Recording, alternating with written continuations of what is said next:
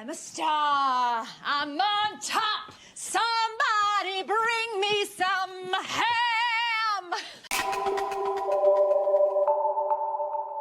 This is another card that for years I could not make sense of. Like, it made no sense to me. Like, I couldn't even understand why it was part of the deck. That's how sort of bizarre a concept it seemed to me. I gathered in my studies that the card represents hope. And I mean, there's nothing really in the image that suggests that to me. There's nothing depicted on the card that says hope. And it's fine, you know what I mean? It's just, I understood it intellectually. I got that this card sort of represents hope or something like it. I just couldn't figure out why. Like, there's nothing in the image or the concept of a star that particularly suggests hope. I mean, I guess wishing on a star makes you think of hopefulness, right? So I guess there's that. But, like, nothing in the card image sort of suggests that kind of reaction to it. And I don't know. I mean, peace, hope, stillness, these are all kinds of things that felt like they were connected to the card, or that I read were connected to the card. And again, like, sure, there's nothing wrong with those things. I guess I just felt like in readings they were sort of passive, and that the card was kind of passive. And maybe because when I was young I felt like passivity was a bad thing. I'll sort of explain. I feel like the idea of hope is a passive act. And I know that some people are going to really take issue with that. So I guess, biography time. I've talked about this before, but I grew up in a religious tradition that really valued passivity. It was this sort of let go and let God situation. You would pray for what you wanted, pray for what you needed, pray for what you hoped for, and you would wait. God would provide or not, and there was nothing you could really do about it one way or the other. So we prayed to this sort of apathetic entity who may or may not be checking our messages or even really engaged in our success or interest, and when you contextualize that in the world, it was sort of like, why am I so much less important than like a baseball player, you know what I mean, who like hits a home run and like does the sign of the cross? Like, to me, it was just like, why are they getting what they want and I can't, get rid of this anxiety or depression or like find a boyfriend, for example. So as I sort of aged in the religious tradition, I started to feel stuck and I started to resent feeling like I didn't rate, in the scheme of things.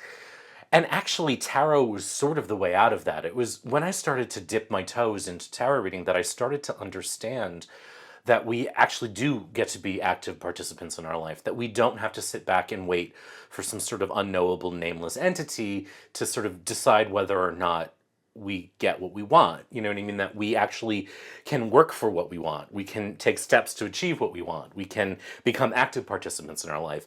And for me at that time, when I was in like 19, 20 years old, to me, it was like, it was mind-blowing. It was revolutionary, this whole idea that we weren't at the mercy of passivity. And so while I think that there are traditions and groups who find hope very active, I did not have that experience, and it made me feel very helpless. But I'm not always, I'm one person in the scheme of things. The playwright Tony Kushner said, in the early 2000s that we have an ethical responsibility to hope. We have an ethical responsibility to not despair if we can possibly not despair. Now, that was in the early 2000s. Maybe he feels differently now. I don't know. But it's an interesting idea that we have an ethical responsibility to hope, because especially, I will say, as people who are descended from colonizers, despair is an essential thing that stops us from helping to achieve progress. There's a YouTube channel, Feek de Signifier, who did a video about Bo Burnham's special, and the sort of theme of it was this like white existential dread, and it's very good. It's worth watching if, like me, you are a creative and yet depressive white person who's seeing the world with despair right now. So there's something to be said for hope as a political act as well. So I don't want to sort of negate that. I'm just saying that in my life as a person, the idea of hope has felt very passive and very connected to the religion of my youth, and as such, I have found it not just a great thing or very helpful in tarot readings. It wasn't until Lenormand kind of burst onto the scene, at least in my sphere, where I started to understand the star and even the tower. I talked about this a little bit last week in a different way. And even though they're not the same system and they have very different sorts of, I don't know, languages, the Lenormand idea of the star helped me. And it was at that point that I made the connection to navigation, that stars have long been used for navigation. And maybe that even can take us back to the religion of my childhood, because of course there's a famous story in Christianity about stars guiding people towards the manger. Huzzah. Huzzah! When I made that connection to the card, it cracked open for me. And this is the thing that I really want to encourage you to think about. Again, throughout this whole series, it's not so much that you agree with anything I say, but like that you look in the world around you and say, oh, what is this thing? What is a star for? You know, and this is a thing that I learned from Camellia Elias over time, is like, you want to find the purpose of the thing in order to understand it in a reading. So what is a star for? Well, one of the things it's for is navigation. And so what I think of when I see the star in readings is that it's our GPS, it's our compass, it's our sat-nav. It is the thing that helps us get where we're going. It's the lodestar pointing us in the right direction. I have found many times in readings where the star will represent a goal or an aim or a place. It's the thing that you want to do. You know, it is the place you want to get to. It is the bullseye. The star helps us navigate to that point. And the nice thing about this is that we have a whole deck of cards to help us clarify that. So the star helps us see where we want to go. The cards around it will help us understand what that place is, what that thing is, etc. Like, I mean, just at a really basic level, if you wanted to say like the star and the world, you could say that it represents, your goal is a trip around the world, right? You got to navigate that. That's really basic. But like, if you had the star and the hermit, it could represent all kinds of things. It could represent visiting a mentor, or going to the library, going to the mountains, spending time alone, you know, retreating somehow. So the goal or the aim, the destination becomes the hermit. So the star carries you to that point. And in that way, the star can sort of behave as a vowel sound. You know, it carries you from one point to another, shows you what the direction is, and the other cards can tell you that. The star and the devil might suggest like going to a bar or a party, you know. It can suggest goals or like things you need to do. Like if you had the star and like the Eight of Wands, it could suggest that you need to get your creative work out into the world. You know, so you got to send that novel out. You got to submit your art to the gallery or whatever the thing is. Like the direction then becomes sort of getting your work out, that Eight of Swords sort of vibe, into the world. You know, and so the star helps us understand that we have a goal, and then the other cards can help us understand what that goal is. And that is much more active to me, much more helpful in a lot of readings than just this idea of hoping. Because I've spent a lot of time in my life hoping things will happen, and they don't. But when you activate hope, and when you find a roadmap or a GPS to help you get there, that is really powerful. And that's how this card often behaves for me in a lot of readings. I mean, ultimately, too, the star can represent notoriety. There's a reason why we call celebrities stars. I mean, there used to be a time when stars were people who were talented. Now it's just anyone who's famous, but we won't go down that particular pop culture rabbit hole. You know, so it's notoriety, it's fame, it's acknowledgement, it's being seen, you know, or respected, or sort of admired. You know, if you're auditioning for The Sound of Music and you're hoping you're going to be Maria, then the star is a good sign. Now, it's important to know, too, that notoriety is not always a good thing, and we can be known for bad things, too. You know, so the star and the devil I talked about earlier is like going to a party, but it could represent that you're sort of notorious for being a party animal, or notorious for being kind of sexually manipulative, or whatever the case is. You know, again, other cards will add more context. But so notoriety can be good or bad, like all things. And the star can sort of indicate fame or notableness or some kind of visibility beyond sort of the everyday we are ourselves, you know.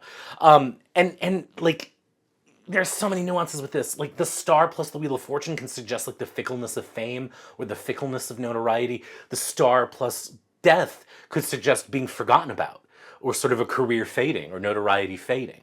So, oh my God, like, this is the cool thing about tarot, isn't it? It's like, when we start to unpack the cards in this way, and we start placing them together in these sexy little dances, we find so much cool shit, you know? And it's like, we don't have to be limited to like, the star means hope and the moon means cycles, you know what I mean? There's nothing wrong with those things. And yes, my mocking tone is mocking. And I am mocking my own history. But like the point of this is just like, look how free we can be when we start looking at the cards for what they represent in life rather than what we read in a book. And there's nothing wrong with anything in those books. But as I have said many times, that's where we're coming from. It's not where we're going. Where we're going is this, unlocking the cards in this way. We have a trio of increasingly bright lights, too. So the star, the moon, and the sun. And so you could sort of see that as a dim switch or something growing brighter. That's one way you could look at it. And then there's something to be said about distance. Stars are very far away from us. In fact, they can die out, and we'll keep seeing them for years because the way that light travels means that it could have died out, but we're still going to keep seeing it because they're so far away. And so, it could suggest being far away from something.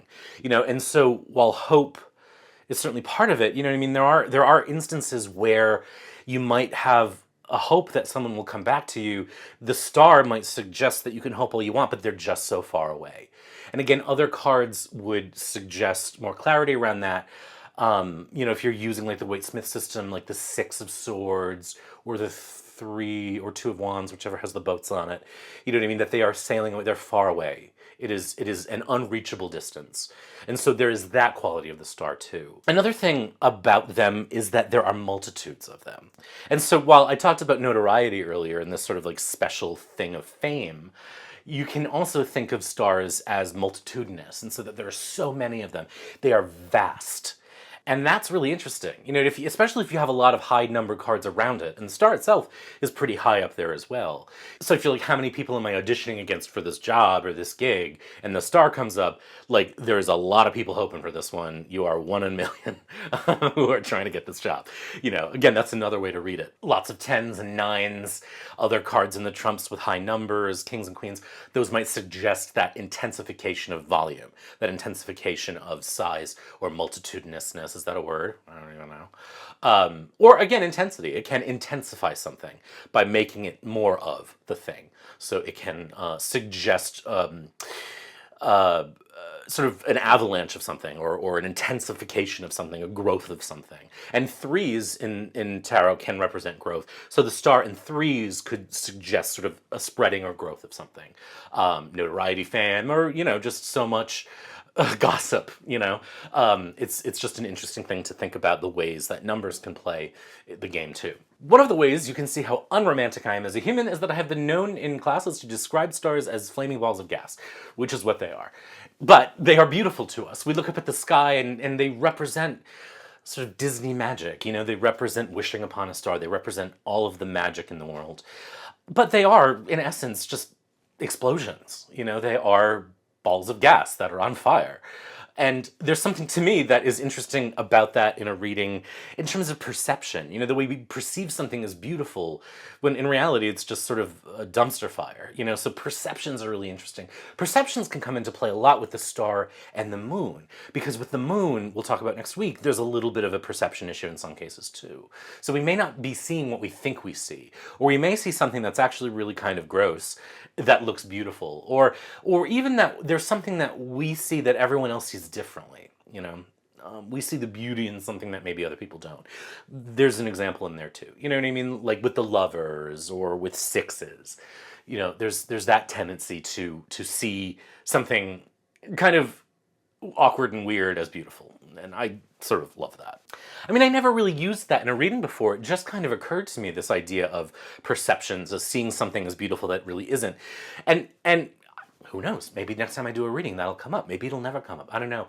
But like, that's, again, the whole thing about like opening ourselves up to the cards in this way makes us open to possibility. And so in a reading, suddenly you may discover or remember or think about something about a star that you haven't really ever paid much attention to before. And it just unlocks the meaning in that reading for you. So it becomes about the perception gaps, or it becomes about multitudinousness or growth or notoriety or whatever. Anything that you suddenly feel about stars in a reading just by being open to it and not imposing hope or some sort of dictionary definition on it means like, oh wow, I just found this thing and it's unlocked this reading. And maybe I'll never use it again. Maybe I'll use it all the time. But that's kind of the whole system here. That's kind of the whole point. I think actually once you kind of unlock it, it's a really easy card to work with, or at least it has been for me, once I understood kind of the metaphor of it and what it meant in life. Next week we're going to talk about the moon, which is one of my favorites. And again, we're like coming up on the finish line. We're just going to get there. Oh my God. Where do you see the star in the world? How does it work for you? I'm going to do, I think after I get through all 22 cards, I'm going to do like a little debrief.